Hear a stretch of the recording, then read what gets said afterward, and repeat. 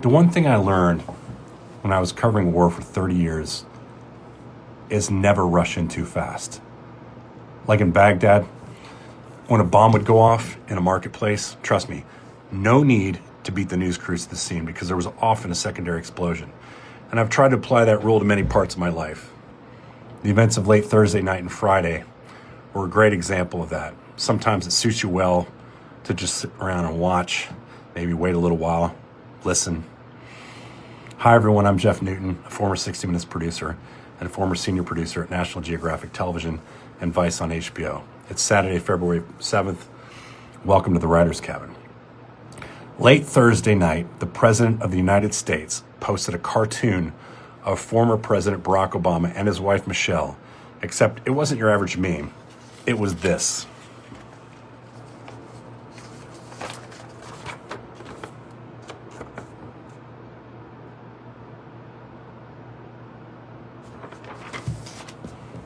That's right.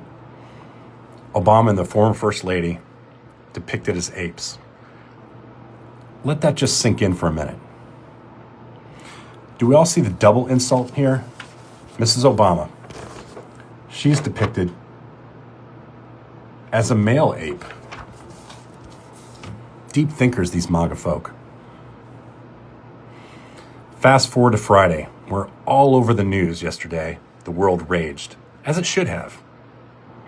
It was sort of perfect timing for J.D. Vance and his wife attending the opening ceremonies of the Olympics in Italy. And though NBC edited out the crowd reaction, when the cameras turned to Vance and his wife, the cheers for the athletes turned to boos for J.D. Vance. It was the first time I recall a sitting head of state from the United States being loudly booed at the fucking Olympics.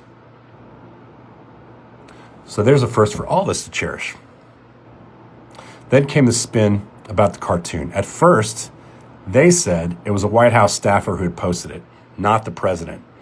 White House Press Secretary Caroline Leavitt said it was simply a meme. She dismissed it as fake outrage.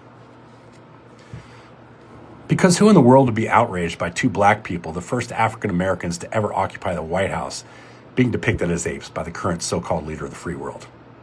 Fake outrage. She said that. This is why you never put a 28-year-old in the most visible PR job on the planet.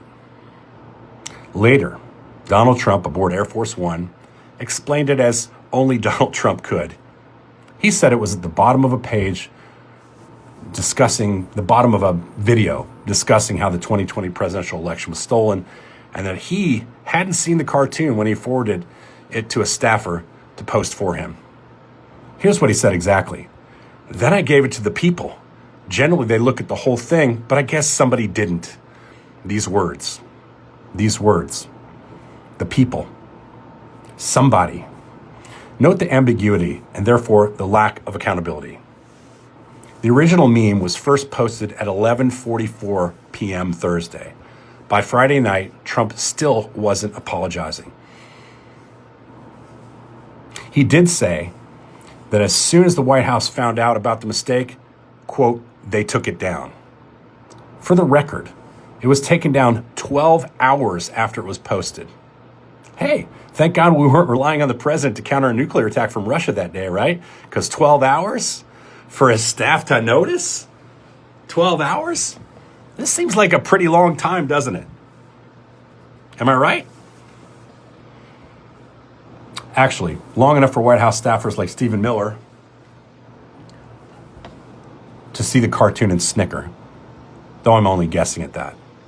Actually, just long enough for Republicans on the Hill to shout fake outrage, then, and only then, did they take it down. In the end, there was no apology to the President Obama and his wife. There was no diplomatic response whatsoever, which you would think the leader of the free fucking world might consider. Something like, this was a massive error in both judgment and execution. I handed off something to a staffer. This horrible cartoon at the bottom made it onto my page. I didn't see this terrible meme.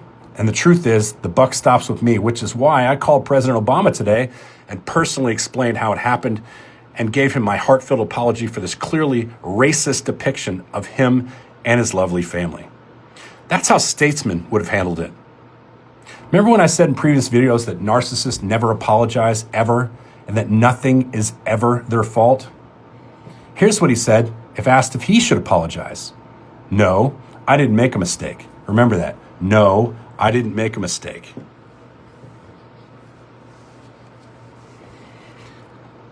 He also said it was related to Lion King and a parallel between the characters in the movie and Democrats. Now here's the thing. There are no apes in the Lion King. A couple primates, no apes in the Lion King. So here's my thoughts. Remember when I said the devil's in the details? What staffer posted it? Like, who in the White House thinks that this was okay to post without some sort of double checking? Let's have a name. Were they fired? If not, why not? Why not? Here's the truth. He posted it. He loved it. And the reason he doesn't give details is because they would show him lying once again about anything and everything. I don't think we need to rehash all the racist shit that this moron has said in the past. This stands on its own. Forget about his own father apparently being arrested at a KKK rally in Queens in 1927. New York Times reported on it. Back then, it's in the archives. Forget about the birther movement where he accused Obama of being born in Africa. Ooh, born in Africa. That's terrible. Don't want somebody born in Africa because, you can't run if you're born in another country. Didn't make the same mistake. Didn't make the same argument when Ted Cruz, who was born in Canada, was running against him. There are dozens more of examples of his racism. It would take all afternoon to go through them. This is a new low. It's worth noting the president posted this on the first week of Black History Month. So it surely must have been a coincidence, right? Another question. Where is Trump getting his fucking news? Because the site he was reading would have allegedly had not only a story about the stolen 2020 election, proven over and over again not to be true, but also this cartoon. Where is he getting his news? I mean, it's the President of the United States. He has access to the most sensitive information in the world. And he's posting fucking cartoons and graphics that are, like, seriously. Does this not question his judgment? So, Mr. President, what website was it from again? What's your news sources? What do you read? Basically, sir, what the fuck are you reading? Do you remember when Katie Couric asked Sarah Palin what she was reading during the VP run with Senator McCain? And the question flustered Palin so badly, she accused Katie Couric of a gotcha question just for asking her what she was reading. I think we need to ask these people more what they're fucking reading. Katie won a Walter Cronkite Award for asking that question. I think what you read says a lot about your character. By the end of next week, this will barely be, it'll be a bleep on the radar of the mainstream media and its daily coverage. Because in this fast-paced news cycle that we're in, the internet, 24-hour news, even the newspapers don't wait to put out the most important news till the paper comes out the next morning. I mean, it was a spinning news cycle. This won't keep the attention of anybody for more than a day or two, which is sad because this is an impeachable offense. A person who has such low quality does not deserve to remain in power representing our country because they also represent us, our morals, our culture, our heritage, our sense of right or wrong.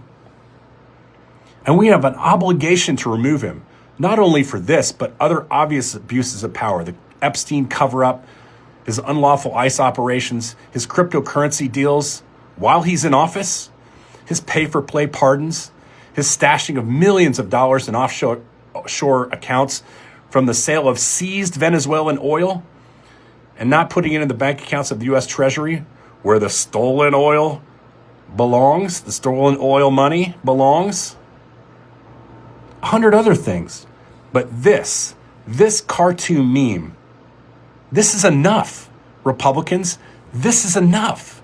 He's representing you, and he's representing us.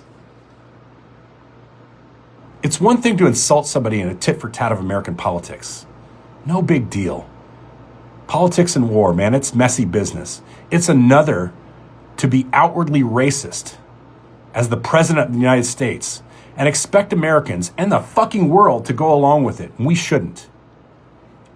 Lastly, this is for MAGA. Many of you know that you made a fucking mistake by voting for this animal. This is your redemption off-ramp. You can safely assume from this point forward, by still supporting him, you have shown your cards forevermore. You don't have to be considered racist by the rest of us. You don't want to be considered racist by the rest of us?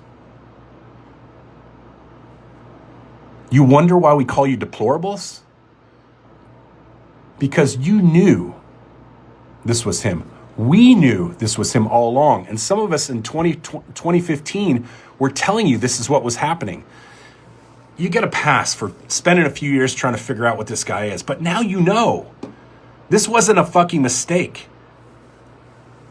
Why do you believe all of his lies every fucking time? Hell, J.D. Vance and Marco Rubio were the ones who said it the fucking loudest. But power is a great aphrodisiac. You all, however, you aren't in their position. You are living amongst us all, not protected by the castle and knights surrounding this filth. Not a part of the royal court. You will never be. So take this off-ramp now, check your conscience, and show us you know this was wrong all along. Because there are those of us who will appreciate you being a part of solving this fucking mess you created, and we will appreciate your help in November if he hasn't stolen the country and the fucking Constitution by then.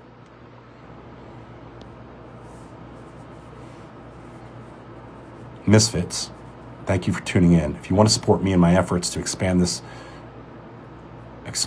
world that we're in, you can add a paid subscription on my Substack from the Writer's Cabin.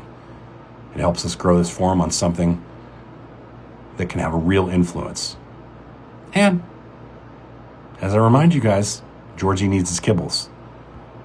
From the Writer's Cabin, have a good weekend.